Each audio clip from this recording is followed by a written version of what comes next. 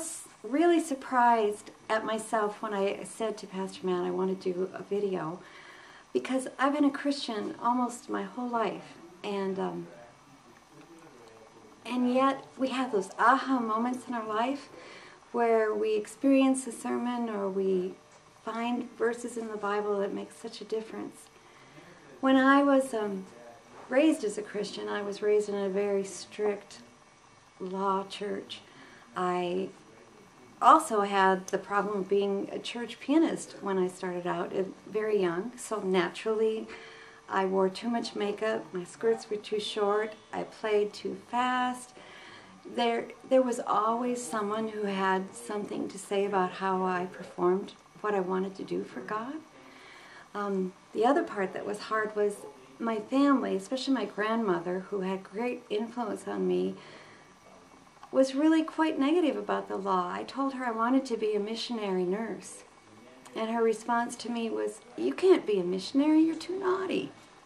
I probably was, but the naughtiness was about, did I do all the do's and don'ts, not about what my motivation was in my heart.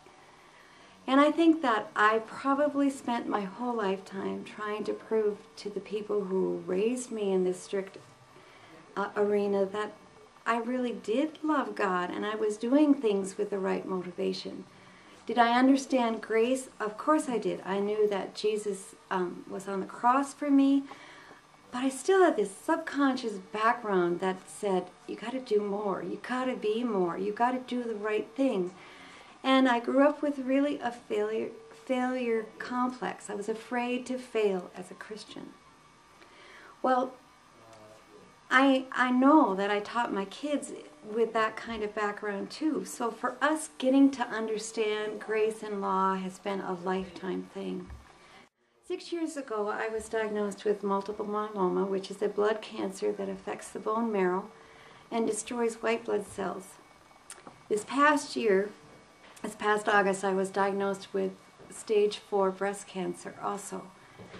Now, when you get cancer and you know that you're probably going to die, you think that maybe the Christian life and all of this understanding just comes. Well, it doesn't. You aren't any different than you were the day before you knew you had cancer spiritually.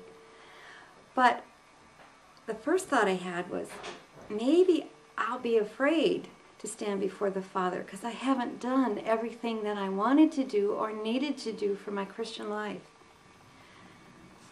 The aha moment came when Pastor Matt did the sermon with the ladder. It was before I was going to have all of the chemo. I was still wrestling with the fact that I had 2 cancers. And even though I love the Lord, I knew that I was going to stand before the Father. And I went to church and he did this sermon, and it was this huge, huge ladder that he brought in the church. And before the church service, I thought, what is this huge ladder up at the altar?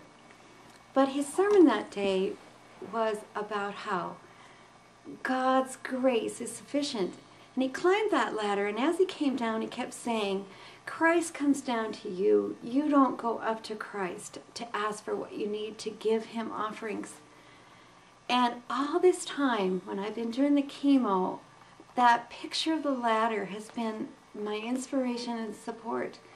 That I, on a shelf, don't have to do anything. Christ is coming down to me.